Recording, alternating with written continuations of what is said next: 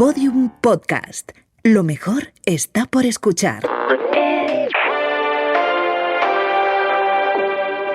Falleció este lunes en Madrid a la edad de 75 años, víctima de una larga y penosa enfermedad. Pamplona se suma a la lucha contra una enfermedad incurable para cronificarla o curarla. Acudió al hospital y le detectaron una enfermedad terminal. Sufre una grave enfermedad a los 63 años. Pacientes con cáncer. Padecido cáncer. Con más casos de cáncer. Que están relacionadas con el cáncer. Con más casos de cáncer. Pasado un cáncer. La enfermedad del cáncer. Básicamente un cáncer. El Día Mundial del Cáncer. El cáncer se habla.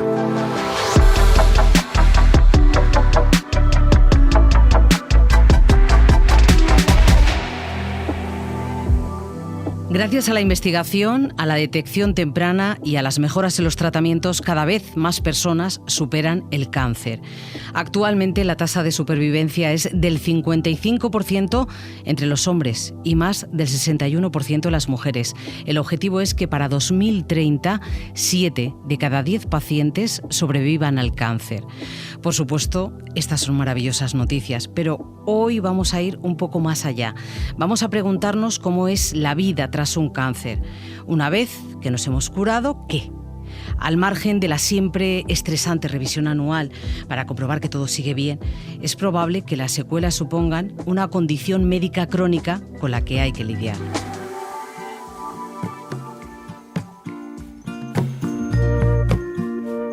Los tratamientos que han permitido mejorar la tasa de supervivencia son a menudo muy agresivos y dejan secuelas importantes. Cirugía, quimioterapia o radioterapia son excelentes herramientas médicas, pero dejan cicatrices y molestias que pueden alterar la vida de los pacientes tras su tratamiento. ¿Qué tipo de dificultades experimentan los supervivientes una vez que ya han sanado? Y más allá del cuerpo, ¿qué tipo de trato reciben por parte de la sociedad? A menudo los supervivientes tienen que afrontar muchas más problemáticas que las físicas. ¿Cómo es volver al trabajo tras meses o años de tratamiento? ¿Y encontrar trabajo tras ese parón en la vida profesional? Para hablar de todos estos temas, contamos hoy con Javier Serrano, responsable de Atención Sanitaria de la Asociación Española contra el Cáncer, con Ana Isabel González, trabajadora social de la asociación, y con 2 pacientes, Miguela y Pilar, que nos van a guiar desde su propia experiencia con el cáncer, también con sus secuelas. Episodio 4. De la vida después y las secuelas se habla. Atravesar un proceso oncológico impacta de manera diferente en cada persona. La vida cambia de manera muy distinta, tanto en unas personas como en otras, tanto en la situación en la que te encuentres previamente a la hora del diagnóstico, y por todo ello las vivencias de la enfermedad y cómo llevamos la noticia del diagnóstico depende mucho de cada uno. Javier Serrano es responsable de Atención Sanitaria de la Asociación Española contra el Cáncer. Nos cuenta que los pacientes empiezan a adaptarse desde el principio del tratamiento. Las adaptaciones que necesitan los pacientes, y no solo los pacientes, también su familia o su entorno más cercano, no solo ocurren una vez que ha finalizado el tratamiento. Como decimos, en el diagnóstico se produce una serie de acontecimientos que hacen necesario e imprescindible realizar esas adaptaciones desde el mismo momento de que nos enteramos que tenemos un cáncer. También es importante el conocer los recursos que podemos tener a nuestra disposición, y a veces es muy importante también el hecho de intervenir de una manera más temprana para evitar situaciones que se puedan ir complicando en el tiempo y que por ello puedan ser más difíciles de resolver más adelante. Es importante conocer nuestro proceso oncológico para ser capaces de asimilar los cambios que atravesamos. Por ejemplo, en las situaciones de una cirugía es fundamental el conocer el proceso de cirugía para realizar una prehabilitación quirúrgica que nos permita tener una recuperación de manera más favorable después de la intervención. También es importante, por ejemplo, el conocer cómo va a ser el proceso de enfermedad para poder ir adaptándonos y previendo un poquito las situaciones que nos van a ir viniendo más adelante. Una vez acabado el tratamiento, el paciente sigue teniendo necesidades que necesitan atención médica.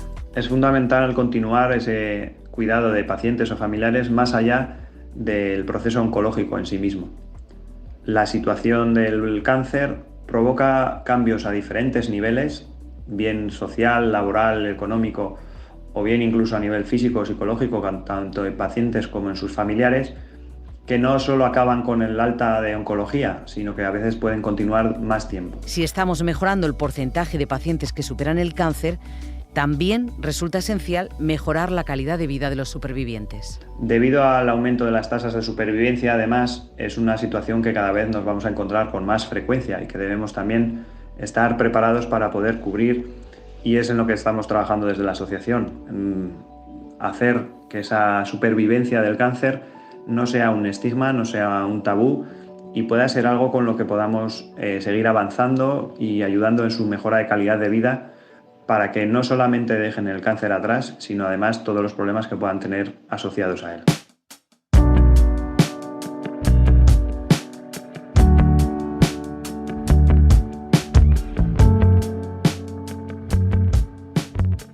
Al margen de las secuelas físicas, los pacientes a menudo tienen otro tipo de secuelas, las sociológicas. Sin ser cicatrices, implican otras problemáticas para los supervivientes. Para hablar de ello tenemos hoy a Ana Isabel González, trabajadora social de la Asociación Española contra el Cáncer. ¿Cómo estás? Hola, buenas. ¿Qué tal? Bueno, ante todo agradeceros la oportunidad de poder estar aquí y poder compartir con todos mi trocito de arena sobre las secuelas que son tan importantes en un proceso oncológico. Y de esas secuelas vamos a hablar. ¿Cómo se retoma la vida social, la vida laboral cuando has tenido un proceso oncológico?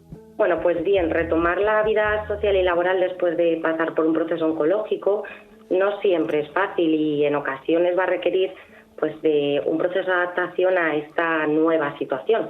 Es decir, al final los efectos secundarios de los tratamientos pues generan debilidad, cansancio, limitan la autonomía de la persona, cambios físicos y junto al impacto psicológico que pueden conllevar, pues afectar a la persona. ¿Y esto cómo se va a traducir? Bueno, pues se puede traducir en que disminuya sus actividades de ocio y tiempo libre, que tengan menos ganas de salir y socializar, pues por ejemplo por no querer contar repetidas veces la situación, que no le pregunten, e incluso pueden haber cambios de intereses, utilizar el tiempo en cosas diferentes. Es decir, al final retomar la vida social, las relaciones, aficiones, viajes incluso, cuando especialmente hay secuelas físicas o necesidades psicológicas, implica tomar conciencia sobre todo de estas limitaciones e ir incorporando e integrando pues todos estos aspectos al final de una manera que sea paulatina, que sea gradual, porque al final una situación como muy habitual que se suele dar es que ese reajuste que sea no solo lo más eficaz, sino también lo más rápido posible. Es como que la persona lo quiere conseguir cuanto antes. Habrá entonces que, como digo, conocer, asumir y adaptar estos cambios, bien sean temporales o definitivos, porque pueden ser también definitivos a esta nueva realidad. Y, en definitiva, cuando empezamos a retomar estas esferas, hablando en este caso de lo que son las relaciones sociales, pues compartir momentos, experiencias, pensamientos, emociones, son aspectos que van a contribuir a la consolidación e incluso creación de redes sociales de apoyo. Está claro que hay que retomar las relaciones sociales, pero yo te pregunto, ¿falta visibilidad del superviviente de cáncer? Pues afortunadamente hay cada vez más visibilidad del superviviente de cáncer, pero sí que sigue existiendo esa necesidad de sensibilizar a la sociedad, sobre todo sobre el proceso y cómo afecta y sobre lo que pasa después de haber pasado ese proceso, qué impacto tiene, es decir, todo lo que comienza cuando termina el cáncer. Por ejemplo, sensibilizar a las empresas de que no hablamos de una enfermedad poco frecuente, que puede presentar necesidades diferentes, que comprendieran la realidad de sus empleados y que favorecieran, por ejemplo, medidas de reincorporación gradual, de adaptación al puesto de trabajo, pero no siempre ocurre así. Hay que pensar además que nadie está exento de, ni nadie se puede librar, por decirlo de alguna manera, de atravesar el proceso de cáncer, que nos puede pasar a cualquier persona. Y si eso pasase, también nos tenemos que plantear cómo nos gustaría que nos tratasen a nosotros, si bajo etiquetas, estigmas o bien bajo la comprensión, el apoyo, la escucha, la empatía. Es decir, al final no solo es sensibilizar, sino educar y hacer pedagogía. no saber muchas veces cómo manejar estas situaciones puede impactar negativamente, ya no tanto en sí en la calidad de vida de los supervivientes, de las supervivientes y sus familias, sino en ese proceso de retomar la normalidad. Ana Isabel, hablábamos de las secuelas sociales, pero yo me quiero incidir sobre todo en las laborales. Es muy duro volver al trabajo después o mientras se está con la enfermedad. La empresa lo pone fácil, lo pone difícil, es duro volver. No es nada fácil. Retomar la vida laboral realmente, bien sea la vuelta al trabajo o incluso buscar uno nuevo, suele ser algo que preocupa bastante. Aquí hay que añadir que existen muchos casos muy diferentes y que hay que tener muy en cuenta, en función del tipo de diagnóstico, las secuelas, si son temporales o definitivas, todo ello en relación con el tipo de trabajo, o si se tiene que, como digo, buscar uno nuevo. Por ejemplo, no es lo mismo una persona que ha atravesado un cáncer de mama con un linfedema como secuela, que desarrolle un trabajo físico como puede ser reponedora de un supermercado, que quizás una persona con el mismo diagnóstico y secuela que su profesión sea recepcionista de un hotel. Evidentemente la adaptación va a ser diferente. En cuanto a esa reincorporación, si se tiene que reincorporar la persona al trabajo que venía desarrollando, hay que partir también de si esto es un paso que la persona ha dado o si la reincorporación ha sido de manera forzosa tras una alta imprevista, y valorar cómo se encuentra en ese momento la persona. Por ello es normal que se experimenten miedos, incertidumbre, ansiedad. Puede ser que las secuelas, que la persona necesite una adaptación al puesto de trabajo, o incluso que no pueda desarrollar su actividad laboral en el momento que se tiene que incorporar. Ahí habrá que buscar entonces alternativas que contribuyan a esa adaptación y adaptación. Por ejemplo, trámites para solicitar la incapacidad permanente, nuevas búsquedas de empleo, pero lo ideal es que las empresas favorezcan medidas de reincorporación y de adaptación, que no siempre sucede así. ¿Por tu experiencia las empresas son sensibles? Tenemos de todo, podemos encontrar muchos casos. Ahí, afortunadamente, como digo, sí que suele ocurrir y hay bastante sensibilización, pero aún nos queda un trabajo por delante. No obstante, no podemos tampoco olvidar a la gente que no tiene trabajo y tiene que, después del cáncer, empezar esa búsqueda activa, teniendo en cuenta estas secuelas que está experimentando y que tiene que valorar si va a poder reactivar o no esa actividad laboral. Y en su caso, iniciar a lo mejor una búsqueda de empleo acorde a esas secuelas e incluso cambiar el rumbo laboral hacia otra formación, en otras profesionales. En conclusión, sabemos que no es fácil y existen también servicios de orientación laboral que te pueden guiar en la búsqueda de empleo, asesorar cómo afrontar una entrevista, cómo diseñar un currículum. Una pregunta, Ana Isabel. ¿La Asociación Española contra el Cáncer tiene recursos para asistir a los supervivientes a recuperar su vida tras la enfermedad? Efectivamente, desde la asociación, a través de nuestros diferentes servicios, proporcionamos ese apoyo y ese acompañamiento. Por ejemplo, contamos con atención social, donde hay profesionales de trabajo social que pueden acompañar en esa fase a través de información, orientación sobre los diferentes derechos, opciones, recursos de apoyo y prestaciones, o incluso también apoyos propios, como pueden ser convenios con entidades del tercer sector, por ejemplo, que apoyen en ese proceso de retorno al mundo laboral, o bien contamos con un servicio jurídico laboral para acompañar en ese proceso quizás de adaptación de trabajo. A nivel emocional, apoyo psicológico a todas las personas que lo soliciten, bien sean afectadas por el cáncer o familiares, porque en estos momentos es muy importante, o incluso el apoyo médico, que también puede ayudar a aclarar algún término confuso, dudas sobre las secuelas y efectos secundarios, logopedia, nutrición, fisioterapia, para, como decimos, acompañar y apoyar en todo lo que viene después del cáncer. Ana Isabel, un placer hablar contigo. Muchísimas gracias.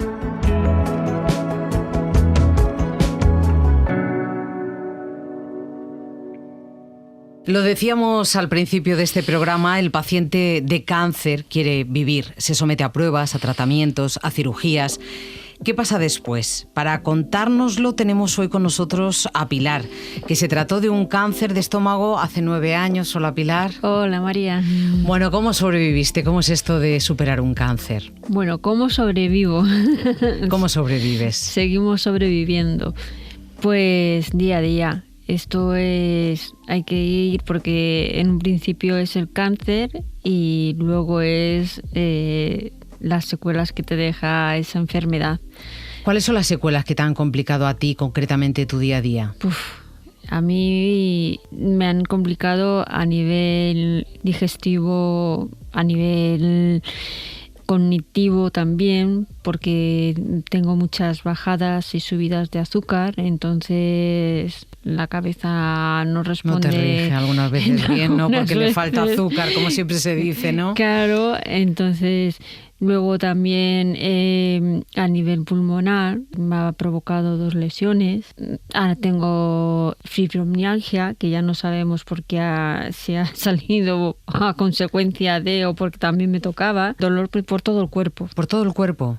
Entonces es que yo creo que no hay una parte del cuerpo que no me duela. Pero como ya estoy acostumbrada a ello... ¿Cómo te enfrentas a la comida día a día? Cuando no tienes estómago, porque hay que decirlo, no tienes nada de estómago. Nada, absolutamente nada. Pues la verdad que es cogiendo un platito de postre para poder calcular las comidas y saber que no te pasas, porque sí que es cierto que te seccionan el nervio vago, que es el nervio de la saciedad. Entonces, pues a lo mejor tú quieres seguir comiendo porque no sabes si estás lleno o no estás lleno. Entonces, con pequeñas cantidades y repetidas veces al día. Y claro, te puedes sentar bien o te puedes sentar mal. Si después de la comida viene... El dumping, mi temido dumping. O sea, a mí se me conoce porque a mí del 1 al 10, como me decía mi oncólogo, yo tengo un 12. Porque me hice una operación experimental también para ver si podíamos mejorar esa secuela, de la cual quedé peor y encima cogí una neumonía intraoperatoria que me ha dejado 2 lesiones en el pulmón. Y cada vez que como, pues me tengo que pinchar una medicación parecida a los diabéticos, pero no es insulina. Uh-huh. Es una medicación que se suele poner a los pacientes que tienen cáncer para que el tumor no crezca. Uh-huh. Pero yo lo tomo para que me ralentice la digestión. O sea, eso es como al que tiene un dedo mal y le cortan los 2 brazos, ¿sabes? Yeah. De la potencia que tiene la medicación. Pero es que si no, yo no puedo comer ni 2 galletas, que enseguida tengo una baja de glucosa, y es a lo que hablábamos a nivel cognitivo en ese momento. Pues es que no me rige, como digo, la cabeza. Por eso llevo un sensor con el cual siempre voy monitorizada. Para que te avise, ¿no? De si estás en bajada de azúcar y rápidamente tomes... Y si estoy en subida, no comer, porque claro, como los síntomas son igual, que son diarreas, taquicardias, palpitaciones... O sea, es que a raíz de solo de ese síndrome, tienes las patologías, los efectos secundarios son como otras enfermedades. Claro, son varias enfermedades asociadas a la enfermedad del cáncer, ¿no? Es un horror. Y en este horror a nivel laboral, ¿cómo lo has llevado? ¿Tienes incapacidad? Bueno, pues suerte ya sí. O sea que después... ¿Del 100%? Sí, absoluta. ¿Cuánto te ha costado? Mucho tiempo. 6 años. ¿No? Buah. 6 años. O sea, 6 años en la cual he perdido mi casa, mi coche, mis ahorros, mi salud... O sea, todo, mi vida, como digo, mi trabajo, porque evidentemente me hubiera gustado poder trabajar, señal de que estaría, pero estando bien, no que me mandaran a trabajar estando en la situación en la que me encuentro. No fue sencillo y tuviste que acudir a un periplo judicial, ¿no? Fue horrible, o sea, no sé cuántas veces lo presentamos. Suerte que Lorenzo, mi abogado, pues como sabíamos que es que todos los médicos decían que como no me estaban dando la absoluta, pues es que me decían, pero ¿qué más quieren que te pase? Ya. ¿Qué más quieren que te pase? Y enlazando un poco con esto de lo laboral, las secuelas económicas que has tenido por el cáncer. Antes trabajabas, tenías una vida estable económicamente. Sí, exacto, sí, y a partir del cáncer... Horrible. O sea, yo siempre lo dije que un cambio de 180 grados porque yo era totalmente independiente, por lo que he dicho antes. Yo tenía mi casa, propiedad, mi coche, bueno, estaba casada, me separé en medio de todo esto. Y bueno, pues ahí ya empecé a perder absolutamente todo, porque ahora sí que me cubren algunos medicamentos, pero antes no, antes me gastaba más de 300 euros en medicación y cobraba 500 euros. Eso es inviable, y pagaba 600 y algo de alquiler. Entonces, como digo yo... No llegabas a fin de mes, ¿no? No llegaba, gracias a mi madre que siempre ha estado apoyándome, pero es que a día de hoy, que ahora cobro el 100%, pero ahora los alquileres están a 900 euros, pues estamos como en la misma situación que... Sí, exacto, en la misma situación, o sea que yo no sé... ¿Cuándo se va a ver la luz? ¿Cuándo se va a ver la luz? Espero que sea pronto. Una cosa que te quería decir.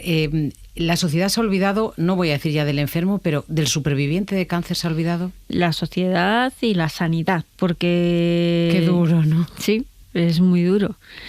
Yo siempre he dicho que yo hubo un momento en mi vida en que me encontraba entre que no me creían los médicos, la justicia, no había, o sea, todo lo tenía en contra. Cuando tienes un diagnóstico así, responden rápido y bien.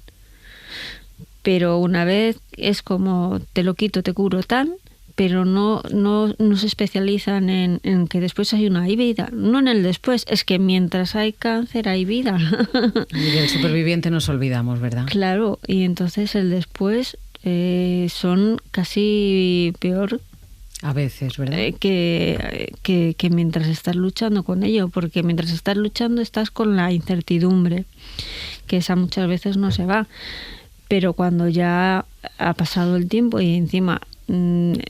aunque siempre estás con revisiones y bueno, intentas no darle muchas vueltas. Yo sigo, después de 9 años, sigo con mis revisiones trimestrales porque mi oncólogo sigue queriéndome tener cogidita. Mejor sí. Revisiones que no falten, yo ¿no? soy de las que quiero. Claro. La verdad es que me paso toda la semana metida en los médicos porque tengo muchas especialidades, pero bueno. Entonces, pero sí que es cierto que después, cuando ya no eres paciente oncológico, como decirlo de alguna manera, es muy duro que no se especialicen en las secuelas de esas personas y que, aunque sea dura lo que vaya a decir, que solo se fijen porque sea algo visible lo que te está pasando. Ya, te entiendo. Entre tantos olvidos, una ayuda. Claro. La de la Asociación Española contra el Cáncer, ¿no? Sí. Agradecida. Mucho, desde el primer día. La verdad que yo como persona y como representante de la asociación que presido, porque yo fui a ver a la asociación para decirle que esta enfermedad mía, esta patología, estaba muy abandonada porque no había ninguna asociación que tuviera cáncer gástrico y que me gustaría hacer algo por ello. Y ellos me ayudaron y fundé la Asociación contra el Cáncer Gástrico y Gastrostomizados. Y ellos, desde el primer momento me han ayudado, me han asesorado y ahora pues al menos los pacientes tienen algún sitio donde recurrir y no sentirse solo como yo me encontré en ese momento. Pues mira, una ayuda que ayuda, ¿verdad? Sí, exacto, es una ayuda que ayuda. Bueno, pues muchísimas gracias, Pilar, por compartir tu experiencia.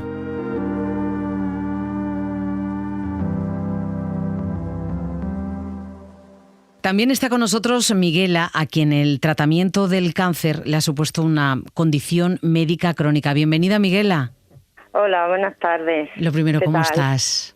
Pues contenta de seguir sumando momentos a mi vida. Sumando momentos, pero nosotros ahora nos queremos quedar para que tú nos ayudes.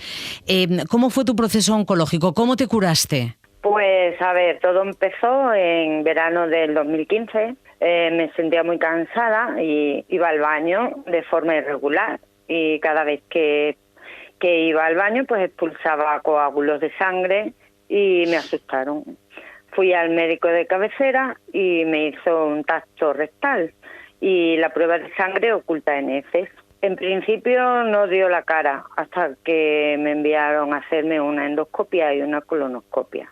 Y ahí empezó ya a dar la cara. Me comentaron que tenía unos pólipos adenomatosos vellosos, que no me los podían quitar con el colonoscopio y me enviaban a consultas de cirugía porque me tenían que intervenir inmediatamente.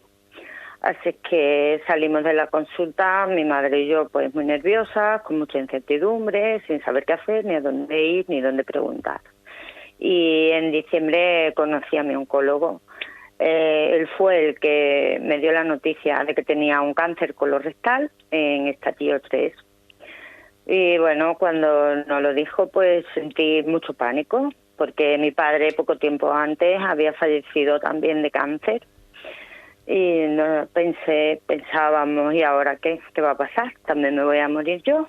En enero del 2016 empecé el tratamiento con radioterapia y seguidamente con quimioterapia.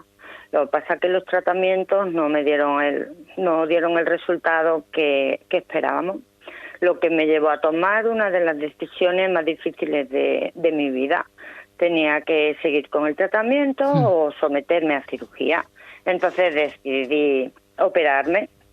Los cirujanos me comentaron que igual podría salir con una bolsa pegada en el abdomen y tampoco dieron muchas más explicaciones. Y el 28 de noviembre del 2016 entré en quirófano y efectivamente salí portando una ostomía. En ese caso fue una ileostomía temporal. El posoperatorio se complicó mucho a causa de una infección en la anastomosis. La anastomosis, para que me entendáis un poco, es la unión de dos conductos, ¿vale? Entonces, tuve que estar 71 días hospitalizada. Se complicó mucho todo el proceso, psicológicamente estaba destrozada, físicamente me veía horrible con esa bolsa pegada y con un punto rojo que tenía ahí en el abdomen, que era la ostomía. Y bueno, no tenía muchas fuerzas porque mis intestinos tampoco toleraban los alimentos y también tenía adherencias abdominales. Y la autoestima, bueno, pues la tenía por los suelos. Me pasaba llorando las 24 horas del día. Y un buen día apareció la psicooncóloga de la Asociación Española contra el Cáncer. Y bueno, pues me visitaba casi todos los días hasta que me dieron el alta. Una vez ya que me dieron el alta, pues salí de casa, salí con la bolsa y bueno, aún así yo seguía con ella en terapia y ya estando en casa me invitó a participar en un curso psicoeducativo aquí en Cáceres, en el Hospital San Pedro de Alcántara, para personas ostomizadas. Y allí, bueno, pues me di cuenta que no era la única persona con esa secuela, ¿no? Que al final no es una secuela, es una discapacidad orgánica, que es la ostomía, ¿no? Entonces, bueno, a los 2 años me volvieron a operar por segunda vez, porque a causa del posoperatorio de la primera cirugía no podían quitarme la ostomía, no podían reconectarme. Entonces, de haberlo hecho, pues me habría quedado bien, incluso podría haber llegado a tener incontinencia anal. Entonces, antes de quedar así, pues decidieron quitarme la ileostomía y me hicieron una colostomía permanente con un cierre perianal. Y bueno, a pesar de todo el proceso, pues estaba contenta porque el cáncer se quedó en el quirófano. Bueno, y buena solución, Lo que pasa es que yo a gente que ahora mismo esté pasando por este proceso, vivir con una ostomía es complicado, entiendo. A ver, he de decir que más que un problema, una ostomía no no es un problema en sí, es la solución para evitar la muerte. Es para evitar la muerte de muchas personas con patologías diferentes. Hablamos que desde bebés hasta personas ancianas, por cualquier patología, te pueden crear una ostomía.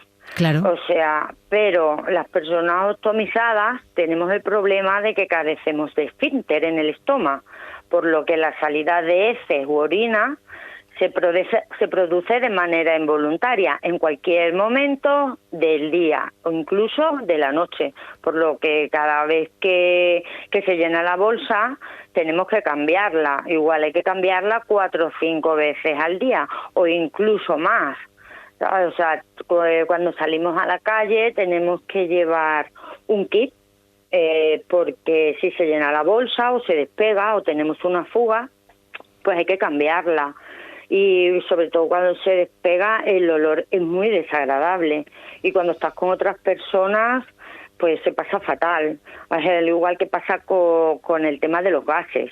O sea, una persona normal y corriente pues igual se lo puede aguantar, nosotros no nos los podemos controlar, que hay situaciones muy comprometidas. Esas personas que no salen de sus casas por miedo a que puedan tener una fuga o se les despegue la bolsa. Claro.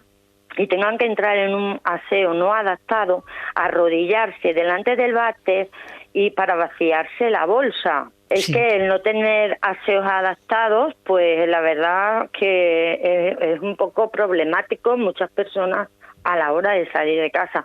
A mí me costó mucho también salir de casa. Pero veo, Miguela, que tú te has puesto el mundo por montera, que sales a la calle, que todas estas secuelas las tienes ahí, pero bueno, las estás lidiando como puedes. Yo ahora sí que te pediría, ¿qué le dices a una persona que está a punto de pasar por este mismo proceso? Yo les diría que la mejora de los tratamientos y la detección precoz que nos están alargando la esperanza de vida, porque muchos pacientes hemos logrado superar la enfermedad o cronificarla. Y además que no se sientan nunca solos, porque la Asociación Española contra el Cáncer está ahí los 365 días del año para ayudarles y apoyarles en todo el proceso, porque tienen un montón de recursos y son todos totalmente gratuitos. ¿En qué te ha ayudado la Asociación Española contra el Cáncer? Y bueno, ya he visto que prácticamente en todo, ¿no? Pues prácticamente en todo. Fueron los que me impulsaron, los que me dieron la fuerza para seguir adelante. La psicooncóloga estuvo siempre ahí conmigo desde que estaba hospitalizada. Y luego pues me daba pautas para gestionar y disminuir el malestar emocional que tenía, que era impresionante. Había cambiado totalmente mi vida. Entonces yo no entendía tampoco porque a mis 40 años pues me estaba pasando a mí esta enfermedad, un cáncer colorectal, que normalmente suele ser la horquilla entre 44 y 55 años, de ahí para adelante. Entonces yo tenía 39 años. ¿Qué me estaba pasando, no? Entonces tenía ahí un come, pero ahí estuvo la psicóloga, no me abandonó ni un segundo. Pues muchísimas gracias, Miguela, por compartir tu experiencia. Muchísima suerte, seguro que has ayudado a muchísima gente, porque sobre todo cuando oímos esta palabra, ostomía, muchas veces ni siquiera sabemos lo que es, y en esto nos has ayudado mucho a entenderlo y a que te acompañemos. La Asociación Española contra el Cáncer dispone de un número de atención telefónica, el 900 100 036, que está disponible 24 horas los 7 días de la semana. Seguir mejorando los tratamientos y aumentar la tasa de supervivencia es importante, pero hoy hemos querido visibilizar aquí que tras el proceso aún queda mucho por hacer por el paciente. Necesitamos ayudarles a retomar su vida al final de un proceso oncológico. Sí que sigue existiendo esa necesidad de sensibilizar a la sociedad sobre lo que pasa después de haber pasado ese proceso, qué impacto tiene, es decir, todo lo que comienza cuando termina el cáncer. Y no olvidarnos de que pese a haber salvado su vida, aún enfrentan muchas dificultades. Cuando tienes un diagnóstico así, responden rápido y bien. Te lo quito, te curo tal, pero no se especializan en que después hay vida. No en el después, es que mientras hay cáncer hay vida. Recordad, El Cáncer se habla si necesitáis hacerlo o información sobre el cáncer o buscáis apoyo. La Asociación Española contra el Cáncer está aquí para ayudar. Juntos podemos cambiar la percepción de esta enfermedad y afrontarla de manera más positiva. Gracias por estar ahí, por suscribiros y por compartir este podcast. Es un placer compartir todas estas experiencias y seguir generando conversación sobre el cáncer. Queremos más investigación, por supuesto, pero para ayudar a los pacientes y a sus familias es importante que la sociedad tenga una mirada más natural sobre el cáncer. El Cáncer se habla es un proyecto de la Asociación Española contra el Cáncer. Presentado por María Manjabacas. Guión, Gerardo Lagüens. Edición sonora, Andrés Fernández. Producción, Alicia Fernández. Producción ejecutiva, Elia Fernández.